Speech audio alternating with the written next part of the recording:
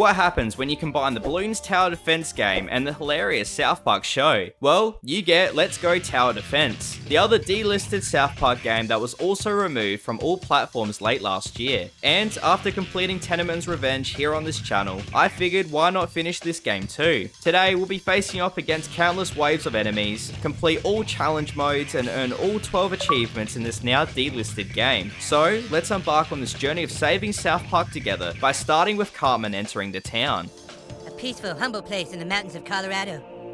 But nah, our town is under attack by horrible, deadly beings, and I'm the only one who seems to know. If they reach the town center, we're all dead. We cannot let them do that. We must protect our town. Welcomed by the level select screen, we waste no time at all and jump straight into what seems to be our first level. Dude, Stan, get out here! What's going on, Cartman? Horrible beings are trying to get to the town. We have to hold them off here.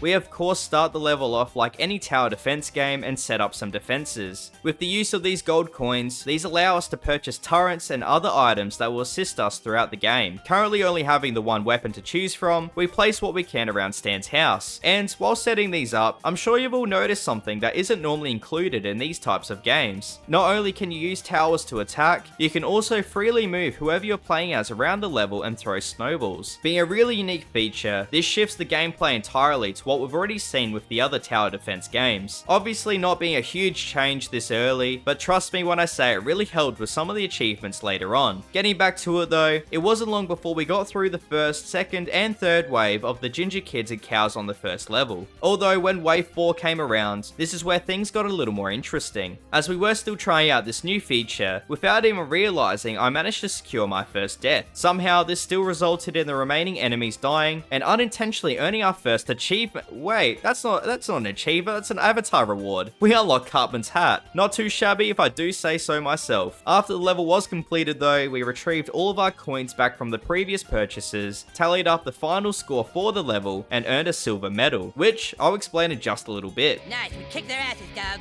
I'm glad that's over with. You guys, there's something headed into town. They're all over the school. The school? My god, it must be more of them. More of what? What's going on? We don't know, but we have to protect the town. Let's go!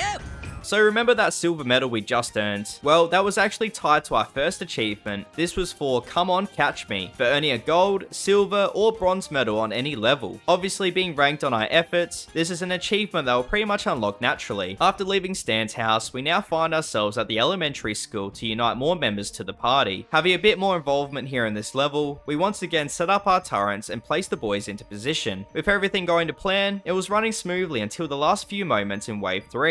As I was focused on getting the numbers down with Cartman, I completely forgot about Stan and where he was positioned. Not even realizing Stan was in the middle of the path where the enemies were traveling, this resulted in him dying. Now with only Cartman left on the school grounds, it looked like we were going to get our first game over. That was until I remembered something. There's a blue bar under each character and Cartman's was full. Quickly pausing the level, I navigated to the Help and Options tab and found the controls. Looking for the right prompts, we found exactly what we needed to remove the horde of enemies, the special ability. After pressing Y, this eliminated the remaining gingers and earned ourselves the second achievement in the game. Ah, nice, Rochambeau. Activate a special ability. With the level now clear, we managed to find our next recruit, and within that time got a frantic phone call from Kenny. Dude, where are they all coming from?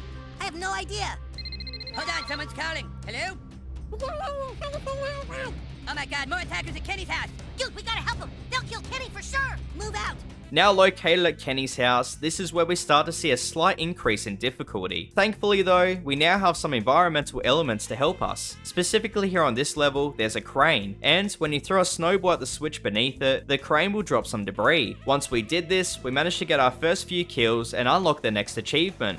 White Trasher, okay. Defeat an enemy with the junkyard crane near Kenny's house. Not much further ahead, we earned another achievement for throwing 1,000 snowballs. Oh, fighting round the world. Throwing 1,000 snowballs, okay. As we were doing relatively well earning a good portion of these achievements, this unfortunately wasn't the same for our progress on level 3. Due to not spacing out our turrets well enough, it wasn't long before the 2 previous waves built up and we hit 0 on the percentage bar, resulting in a game over. Luckily the game is very forgiving and we were able to pick up where we left off. As we made the effort to readjust our turret placements, we made our way to wave 5, to where we unlocked a video and earned the achievement Couch Potato for watching a clip in the scrapbook. Collecting underpants is just phase 1. Phase 1, collect underpants. So, what's phase 2? After that, well, we finally finished the level and could guess who might be controlling all of these enemies. Whew, that was close. You guys, I think I figured it out. This must be the work of some kind of supervillain. Of course, Professor Chaos. Let's get to Butter's house. So, you have discovered Professor Chaos's evil plan. So you are behind releasing all those hippies and ginger kids. We won't let you get away with it, Butters. The hippies and ginger kids. But no, my evil plan was to replace all the vitamin water at the grocery stores with plain old boring water. Well, if Butters isn't the cause, then who? Look out, there's more horrible abominations heading this way. And you wouldn't believe it, but those horrible abominations are the old people from South Park. Other than that though, there's not really a whole lot here worth covering. However, as we finished up with the final wave, it seems Professor Chaos has injured himself in battle. All right, is everyone okay? Oh, you guys, I think I shattered a testicle. Shattered a testicle? You have to take me to the hospital. It's all right, Butters. You only need one testicle. No, you have to take me now. All right, come on, guys. My God, this boy has completely shattered a testicle. Take him inside and patch him up, Doctor. We need him to help us fight. Look, over there, something's coming. Take defensive positions. Now at Hell's Pass Hospital, we defend off more waves of enemies while the doctor saves Butter's testicle. As we get through the first few waves, we've been introduced to a new enemy, the Critters. Easily the fastest enemies in the game, this is where everything we've learned so far is tested. And thinking I was prepared, this was definitely not the case. As they flew past, we got another game over. After a good few retries though, we did improve our positioning and tower placement, and I'd say after a good 15 minutes, we were able to defeat the last enemy and move on to the next level. Here, it was pretty close to the same layout, and we were facing off against the Critters once again. However, during this level, as we were close to the final wave, after defeating one of the Critters, it dropped the last few coins we needed for the achievement Treasure and Plunder. 15 gamer score, Treasure and Plunder. What was that for? Oh, collect 1,000 coins. After that, well, it wasn't much further ahead where we bumped into Jimmy. Hey, fellas, how's it going? We've been stopping a bunch of evil bastards from getting to the town. Yeah, well, if you know how to fight them, then you better go help out Jimbo and Ned. They're in big trouble right now. What the hell are you boys doing here? It isn't safe. We can help, Uncle Jimbo. We know how to fight them. All right, but be careful of that ice, boys. It can break underneath you. Oh no, here they come again. Here they come again.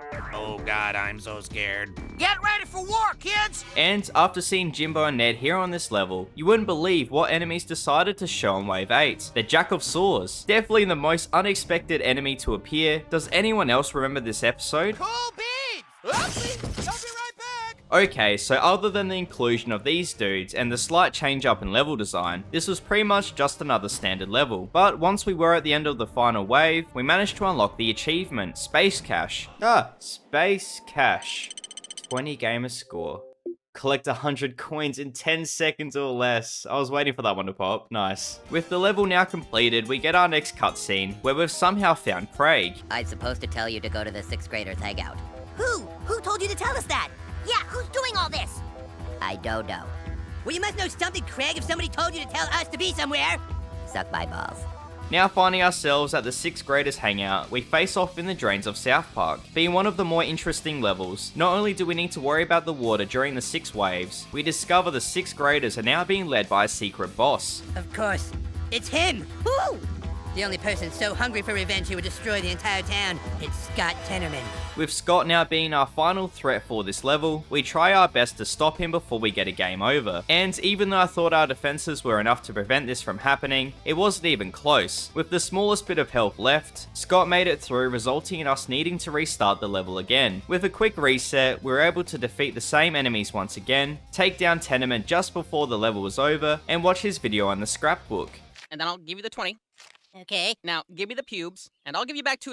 Right. Now, give me the 12 cents, and I'll give you the rest of your change back. And then give me the 20, and I'll give you the pubes. Sweet. God damn it! Hey, guys. Clyde unmarked, but he's just like Craig. Yeah, they both talk exactly the same. I have a message for you guys from the guy that runs City Walk Chinese Restaurant. You mean Shitty Walk? He says he's building a great wall around South Park to stop all these things from coming, and he wants your help. Why don't you help us, Clyde? Because I don't care. There you are, boys. I just finished building my shitty wall. Dude, do you know who's causing all of this? All I know is these creatures get past my shitty wall, they're gonna destroy Shitty Walk, and then my whole life gonna be shitty. Now get to work! Now being tasked to help Mr. Kim protect his Great Wall, we get to work defending. And as usual, we set down our trusty fireworks, along with a few other weapons. Already being an easy level, it became even easier after witnessing that these blood pools defeat enemies too. With this level being an absolute breeze to get through, it wasn't long before it was over and we could celebrate. All right, we did it. Oh, no, you didn't. Look, something else is heading for my shitty wall. It's Mongolians. Mongolians? If there's one thing Chinese people can't stand, it's a goddamn Mongolian. Protect my shitty wall! Now you're probably thinking this is where the difficulty spikes here due to the Mongolians. Well, unlike their difficulty in Stick of Truth, the Mongolians here are really easy to defeat. With throwing a handful of snowballs and the blood pools doing all the work, the level was over extremely fast. And with the Mongolians defeated for another day, we managed to find my favourite character in South Park and get the next clue. Ah, what? What am I supposed to do? You have to tell us where to go next, Tweak. Yeah, you have to give us some insight as to who's causing all of this. Ah, no way, man, that is way too much pressure. I'm freaking out right now. Ah, A lot of good you are, Tweak. the docks. I saw an evil villain down at the docks, but I promised not to say anything, but now I did it. Oh, God, he's gonna kill me. Evil villain at the docks. Let's go, team. Poor Tweak, he can never catch a break. So, now located at the docks, it seems all is normal until Wave 6 rolls around. This is where the evil villain Tweak was speaking of appears. Haha, you have fought through many enemies, but now you shall feel my wrath. Who the hell is that? I am Professor Chaos's evil partner in crime, General Disarray. And you're who's causing all this? Oh no, I am being controlled by a much more sinister power, but my orders are to stop you here. Die. Well, I didn't expect to see General Disarray here, but I guess it makes sense after seeing Professor Chaos earlier in the game. Initially thinking this would be a walk in the park, he was actually a lot stronger and faster than expected. Thinking our turrets would be enough, without even a scratch he made his way through and we got another game over. On the next attempt though, General Disarray walked a completely different route, giving us enough time to defeat him before he made his way through to the end of the stage. Thankfully now resulting in a win, we're now another step closer to finishing the story by unlocking one of South Park's most beloved characters. Cheerio, lads. Not Pip. Everyone hates Pip. Yeah, go back to France, you British wop. Hold on, lads. I know who is behind all this. It's the same person who is... Shut up, Pip. We aren't hanging out with you. Yeah, go away. But listen, mates, I'm the key to revealing who is responsible for I this. said to shut up and go away, you European dickhole. Now get out of here. Yeah, it'll be a cold day in hell when we need help from Europeans. What the hell is that? An earthquake or a volcano. Come on, we better get to my dad's geology station. He'll be able to tell us what's going on. Incredible. These are geological disturbances, the likes of which I have not previously seen before. Dad! Dad, can you hear me? Stan! Dad, there's monsters all over town. Yes, I know, son! Get up here as quickly as you can! There's no time! Hurry! I'm gonna have a beer! So while Randy has his beer, we get prepared for the next wave of enemies. This time, here on this level, we face off against the demons and the terrorists. Being some of the strongest enemies in the game, we are sure to place as many fireworks down as possible and position the boys around the level accordingly. Making our way through the stages, we managed to get through the enemies, but with only half of our life points remaining. Not thinking this would be an issue, this then changed when we encountered one of our last boss fights. And after seeing the demons and the terrorists, can you guess who it might be? Oh, Stan, you made it! Dad, what's going on? Boys, some entity is forcing his will upon the entire town. You must get to the... What the hell was that? Uh-oh. I don't think this level is completo. Oh my god, look! It's half man and half bear. And half pig.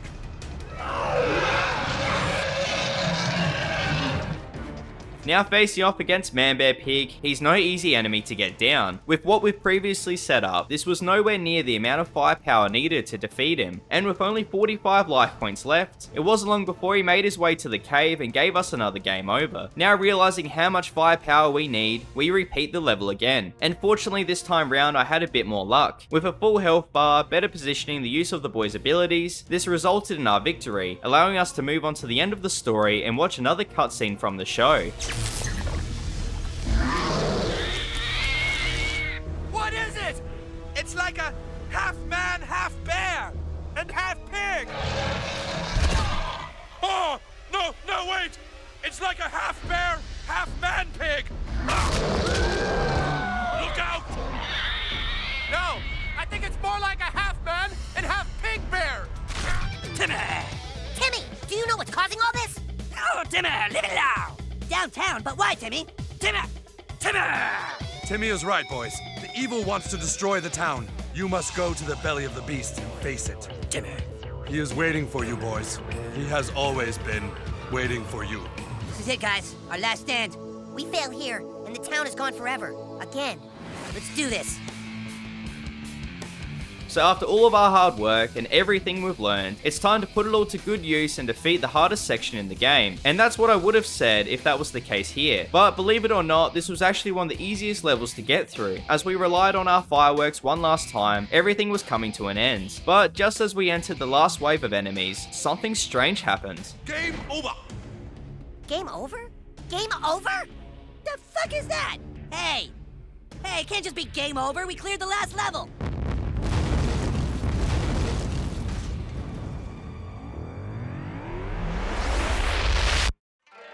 Final boss fight! Japanese video game announcer voice! You're the asshole behind all this. Yes, I am the asshole behind all this. I am Japanese video game voice, and you are but prawns in my Xbox game. All right, this guy's got on my nerves for the last time. Yeah, let's take this fucker out. Japanese video game announcer voice boss fight to start! Well, there we have it. It was the Japanese announcer all along. Who would have thought? With everything we've learned during our playthrough, this couldn't have gone any better. We set up the right amount of defenses, and we positioned the boys in great locations, causing plenty of damage. As the announcer's health bar hit 0 though, it seemed like maybe he wasn't meant to die. I still made sure to throw as many snowballs as possible, and, well, this happened. Oh, he finally went down. Game completo! Okay. Save South Park. Oh, avatar reward. Kenny's hoodie. Let's go. Final boss fight complete. Extra characters unlock. Toe. Yes! Now that the story is completed, it's time for us to move on to the challenge mode. Here, this is where you battle it out in 5 different stages, all while aiming for the best score possible. And with this mode being a great little addition after completing the game, this is also where you can play as the other South Park characters we unlock during the story. And honestly, what a roster of characters to choose from. There's definitely quite a few in here I wasn't expecting to see, like Token, Wendy, and the worst of them all, Pip. Good day, Damien. My name is Philip, but everyone calls me Pip because they hate me. Then I will call you Pip. Righto. No, but seriously, all of these characters play a really important role for the next few achievements, and yes, that's also including Pip. Across all the 5 levels, we need to earn a bronze or higher for the achievement Ungroundable, and with the addition of character abilities, this was a really easy task. As we jumped in across each stage, I was able to sweep through a lot of the enemies while experimenting with all the different abilities. Out of the bunch, Tweak was my favourite for obvious reasons, and also Token, as his ability allowed you to stun enemies with his music notes, which I'm sure you'll know where this reference is from. Token, get the bass guitar out of your basement and meet me over at my house. What? We don't have a bass guitar. Your family's black, Token. There's bound to be a bass guitar in your basement somewhere. With the mode only taking around 20 minutes to complete, we swiftly passed through all the levels, earning a bronze medal on each, and as we finished level 5, we were shown our results and earned the Ungroundable achievement.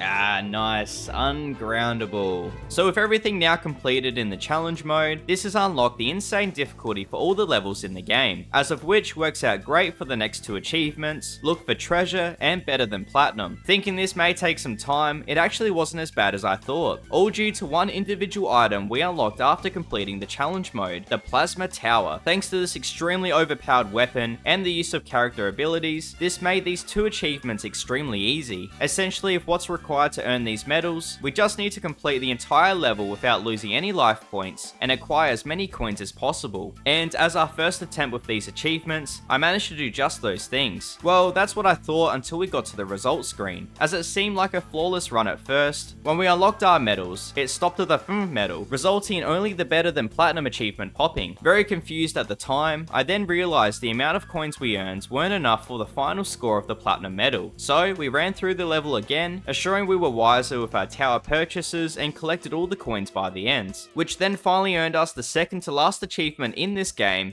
Look for treasure, earn a platinum medal on any level. Finally we got it, nice. Alright, so it's time for the one achievement I've been kinda dreading since the start of this video. Heading our way back to the mountains, not only are we attempting to defeat this level again, but we now need to do it on the insane difficulty while just using walls and snowballs for the achievement ManBearPig. Even if we were to accidentally place one down, which I did a few times, don't you worry, this will void the entire achievement. Now, as bad as this sounds, there's still a workaround to make it a little easier. If you remember a little while back, I briefly touched on all the different characters you can play during the challenge mode. Well, we can use them here as well, as of which gives us a huge advantage during this boss fight. And after a little research, many sources have suggested to use Pip, Craig, Jimmy, and Timmy for the best results. I know, they're probably not your first choice of South Park characters to use, but besides Craig, each of their abilities inflict a great deal of damage. As for Craig, well, he's our scapegoat here. His ability allows us to slow down time, becoming a major play during the intense moments. This gives us more time to attack and for everyone's abilities to recharge. But even though these guys sound like the ultimate team, there's still plenty of room for error. For example, when we jumped in, I made my first mistake by not taking the time to put my walls down correctly, and even though we were dealing great damage, building up our ability meters and getting through the waves, this is where a lot of the enemies overran us quite quickly, resulting in only 19 points left on the health bar. Luckily, upon the 3 levels to defeat ManBearPig, if you die, it won't reset you right back to the start. What can be a problem though, is if you lose any life points, this will carry over to the remaining levels. And as we hit the second level, this is where my previous mistakes caught up. Only seconds in within the level, I got absolutely bombarded by all the enemies, and I figured we'll just have to leave it for the night. And that was probably the best thing I could have done. After a much needed rest and a fresh restart, I was able to make better choices with my wall placements and overall ability use. That much so, we're able to smash through the first and second sections of the level relatively quickly, only taking around 30 minutes. Mind you, I did have some close moments, but it wasn't anything we couldn't handle after attempting these levels with only 19 bars of health the previous day. As for the final section, well, in some ways it was actually a little easier than the 2 previous sections due to the simple layout. The only thing we really needed to work on here was our positioning, and a prime example of this was our first attempt of the boss fight. Even with all of our abilities saved to the last moments of the fight, and everyone was in a good position to deal plenty of damage, it still wasn't enough, as ManBearPig easily passed through with plenty of health and reached the top of the mountain, resulting in a game over. But after some reflection, I realized what I did wrong and knew this next attempt would be it. This time, while ManBearPig was navigating around the level, I was sure to utilize this game's feature of being able to move every character. As we pushed everyone along with ManBearPig, we unleashed as many ability attacks as possible, resulting in him being cornered. He finally went down once and for all, which of course earned us the hardest achievement in the entire game, ManBearPig.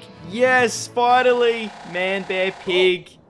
Oh, that took forever. Beat mountain on insane difficulty using only walls and snowballs. No towers. Nice. Alright, we did it. And that is all 12 achievements earned in Let's Go Tower Defense. Really happy with that outcome. If you enjoyed the video, leave a like and subscribe. Let me know what you want to see next. And as always, stay safe out there. Look after yourselves. I'll see you all in the next video.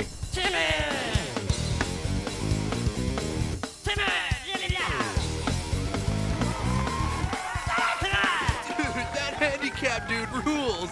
Yeah, you guys are terrible. How can you laugh at that poor kid?